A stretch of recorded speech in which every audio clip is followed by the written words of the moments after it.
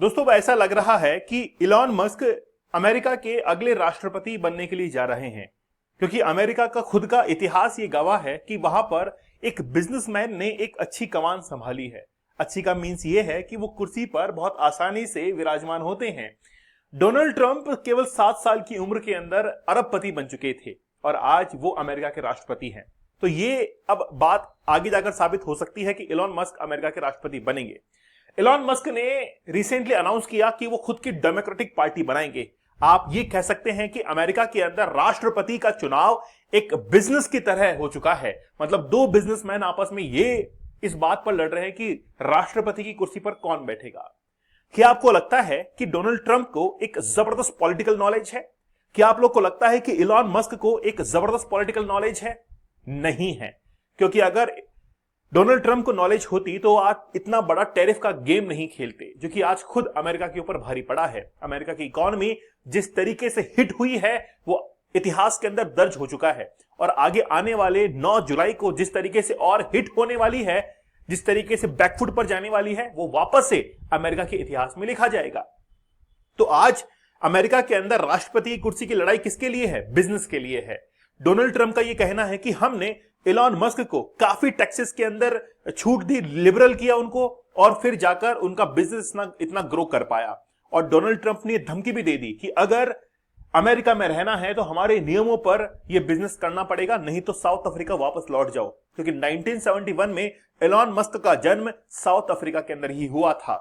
Elon Musk ने फिर Trump को रिप्लाई कर दिया कि अगर वाकई में चुनाव जीतना है तो मेरी हेल्प जरूरत पड़ेगी और आगे चुनाव नहीं जीत पाएंगे। तो बात करते हैं बड़ा विस्तार से, लेकिन उससे पहले 75 डेज का हार्ड चैलेंज। मैं कहता हूं आप लोगों से, अगर आप लाइफ को चेंज करने के इच्छुक हैं, आप चाहते हैं कि मेरी लाइफ के अंदर कुछ चेंज हो, तो आज ही पोर्नोग्राफी को देखना छोड़ दीजिए। अगर आपको फोन का भी एडिक्शन है, शॉर्ट्स देखने का एडिक्शन है, तो भी ये कोर्स आप लोगों के लिए है।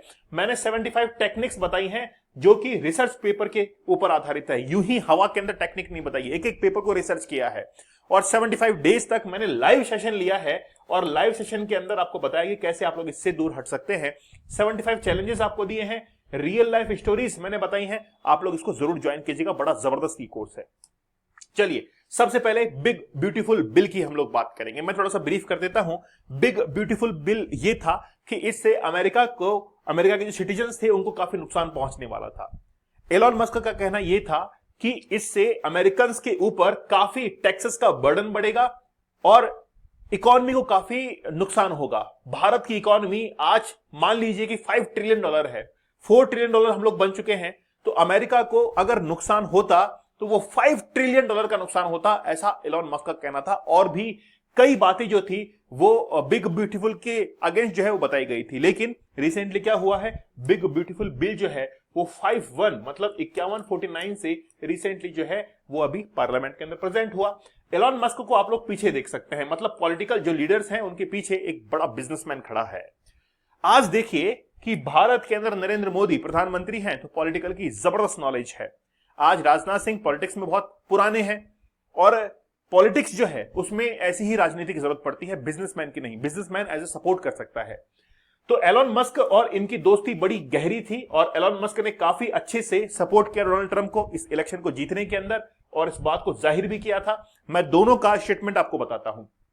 ट्रंप का कहना था कि जब हमने अनिवार्य तौर पर इलेक्ट्रिक वाहन खरीदने की कानून में कटौती करने की बात कही तो मस्क को दिक्कत होने लगी। क्या कह रहे हैं कि इलेक्ट्रिक वाहन के खरीदने के कानून में कटौती करने की बात कही, तो एलॉन मस्क को लगा कि यार अब मेरा बिजनेस जो है वो काफी हद तक डाउनफॉल पर जा सकता है। मैं एलॉन मस्क से बहुत निराश हूं। मतलब डोनाल्ड ट्रंप कह रहे हैं कि एलॉन मस्क से काफी निराश हूं, मैंने उनकी बहुत मदद की है।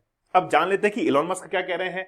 एलॉन मस्क का कहना यह है कि ट्रंप को एहसान फरामोश बताते हो, मतलब ट्रंप ने ट्रंप को एहसान फरामोश बताया कि वो मेरे एहसान को मान नहीं रहे हैं, और कई ट्वीट किए हैं। मस्क ने कहा कि मैं नहीं होता तो ट्रंप चुनाव नहीं जीत पाते। उन्होंने ट्रंप पर महाभियोग मतलब इंपीचमेंट चलाने तक की बात कह डाली थी। मतलब अगर मैं नहीं होता तो ट्रंप इलेक्शंस नहीं जीत पाते, और ये बिल्कुल बात सही है, इसमें कोई गलत बात नहीं है। एलॉन मस्क के रहने पर ही आज ट्रंप जो है वो इलेक्शन जीत पाए हैं। ट्रंप के ऊपर कई बार अटैक हुए बीच में, आप लोगों को पता होगा कि जब वो पॉलिटिकल स्पीच दे रहे थे तो एक स्टेज के ऊपर जो है गोली चलाई गई थी, कान के पास से वो निकली थी। इलॉन मस्क ने रिसेंटली फिर लोगों से ये पूछा कि बताओ कि आज ट्रंप में और मेरे बीच में जो है वो काफी ज्यादा डिस्प्यूट हो चुका है, तो क्या मैं नई पॉलिटिकल पार्टी अनाउंस कर दूं? तो लोगों ने फिर इस पे वोट डालना शुरू किया। तो इन्होंने कहा कि इंडिपेंडेंस डे जो कि 4 जुलाई को सेलिब्रेट करता है अमेरिका, उस दिन जो है वो ठीक दिन रहेगा जिस दिन मैं अपनी पार्टी को अनाउंस करूंगा। और वो पार्टी कौन सी रहेगी? America party. इसके यस के अंदर, मतलब इसके फेवर के अंदर 65% 4 लोगों ने इसके अंदर वोट किया कि बिल्कुल पार्टी बनानी चाहिए। लेकिन एक बात असल ये भी है कि अगर इस तरीके से लोगों के कहने पर पार्टी बनाई जाए तो फिर पार्टी जो है वो कभी भी नहीं बन पाती है। लोगों का मत हमेशा ये होता है कि देखते हैं कि देखिए क्या होता है। आप अक्सर देखिएगा हमेशा सोशल मीडिया पर ऐसा होता है।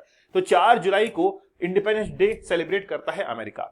अमेरिका में अब तक 2 पार्टीज ही एग्जिस्ट करती है, एक तो रिपब्लिक पार्टी है और एक डेमोक्रेटिक पार्टी है।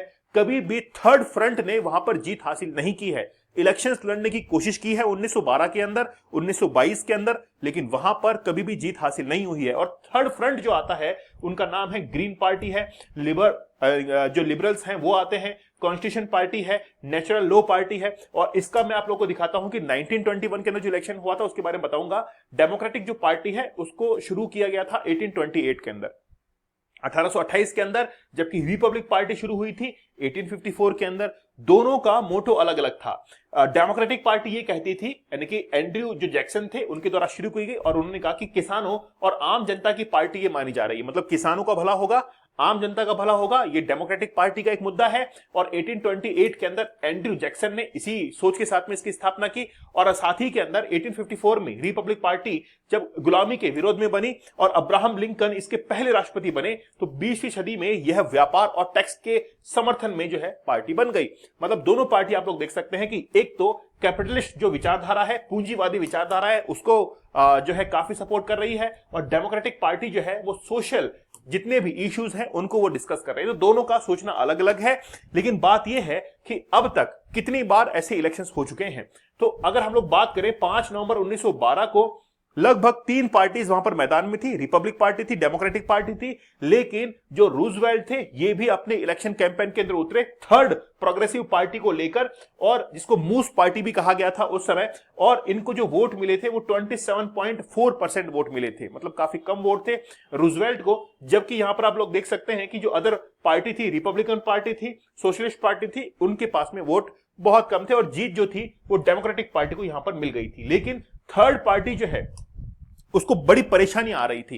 लेकिन सवाल यह है कि आखिरकार 2 ही पार्टी एग्जिस्ट क्यों करती है, तीसरी पार्टी क्यों नहीं यहां पर आती है? तो पहला इसका रीजन है कि फर्स्ट पास्ट टू पोस्ट, यानी कि अगर आप लोग इंडियन कॉन्स्टिट्यूशन के अंदर एक आर्टिकल को पढ़ेंगे, आर्टिकल वो है 55।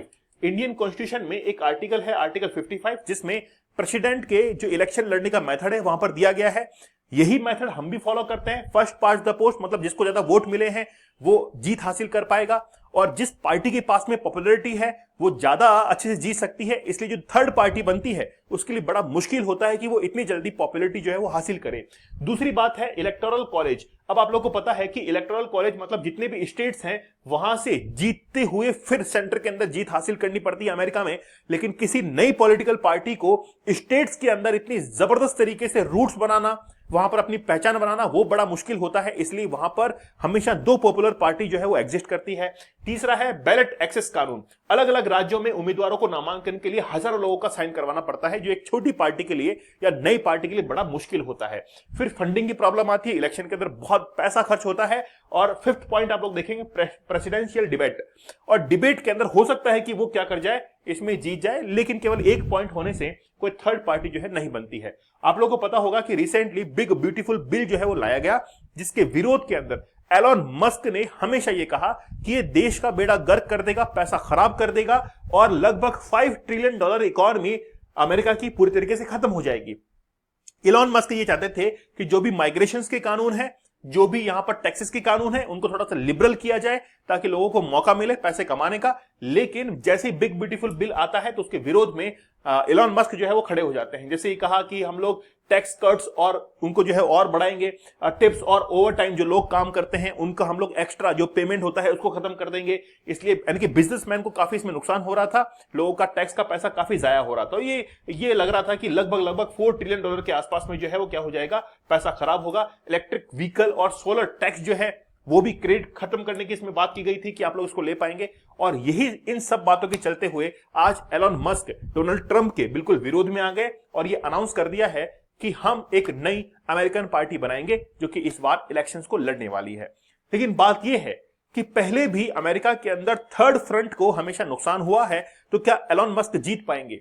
देखिए, पर्सनली मुझे ऐसा लगता है कि अमेरिका के अंदर एलन मस्क का जीतना बड़ा मुश्किल है, क्योंकि वहां पर रिपब्लिक और डेमोक्रेटिक पार्टी ने ही हमेशा जीत हासिल की है। हां, एलन मस्क जीत सकते हैं, लेकिन उनको इन दोनों पार्टीज में से एक सपोर्ट जो है वो चाहिए होगा कि एक बार जो है हमको भी इलेक्शन जीतने दो, इस दावे के साथ में, और लोगों का समर्थन जीतना पड़ेगा कि हम आपको इस तरीके से बेनिफिट करेंगे। देखिए, एलन मस्क जब पॉलिटिकल कैंपेन के लिए जाएंगे तो देखिए आप, डेमोक्रेटिक जितनी भी पार्टीज होती हैं उनका इन्फ्लुएंस रहता है लोगों के ऊपर, उनका बोलने का तरीका रहता है, वो अच्छे से इन्फ्लुएंस कर पाते हैं। एलन मस्क के पास में वो नहीं है। एलन मस्क के पास में पैसा है तो लोगों को लगेगा कि यार ये जो है हमारी मदद कर सकता है, हमारा टैक्स का पैसा बचाएगा, हमारी इकोनॉमी को ऊपर लेके जाएगा। तो ऐसे जो थर्ड जनरेशन के लोग हैं वही जो है वो एलन मस्क को सपोर्ट करेंगे। अन्यथा अमेरिका के करियर के अंदर, अमेरिका के इतिहास के अंदर कभी भी थर्ड पार्टी को जीत हासिल नहीं हुई है। आप लोगों का क्या मानना है, मुझे आप लोग कमेंट सेक्शन में जरूर बताइएगा। दोस्तों, हमारे 75 डेज के हार्ड चैनल को जरूर ज्वाइन कर लीजिए, लाइफ पूरी चेंज हो जाएगी। मैं आप लोगों से वादा करता हूं, जिस तरीके से आपको गाइडेंस दी गई है, जिस तरीके से आपको मेंटरशिप दी गई है, आप आसानी से इस एडिक्शन को छोड़ेंगे और अपनी लाइफ को चेंज कर देंगे। अगर आप जीवन में उतने सफल नहीं है जितना आप लोग सोचते हैं, तो जरूर एक बार इसको ज्वाइन कीजिएगा। दोस्तों, आप लोग मुझे टेलीग्राम और इंस्टाग्राम पर ज्वाइन कर सकते हैं। दीपक इंदौर ऑफिशियल टेलीग्राम आईडी है, वहां पर मुझे सर्च कीजिए और ज्वाइन कर लीजिए। तो मिलते हैं आप लोगों से अगले सेशन में, तब तक धन्यवाद, थैंक यू, जय हिंद।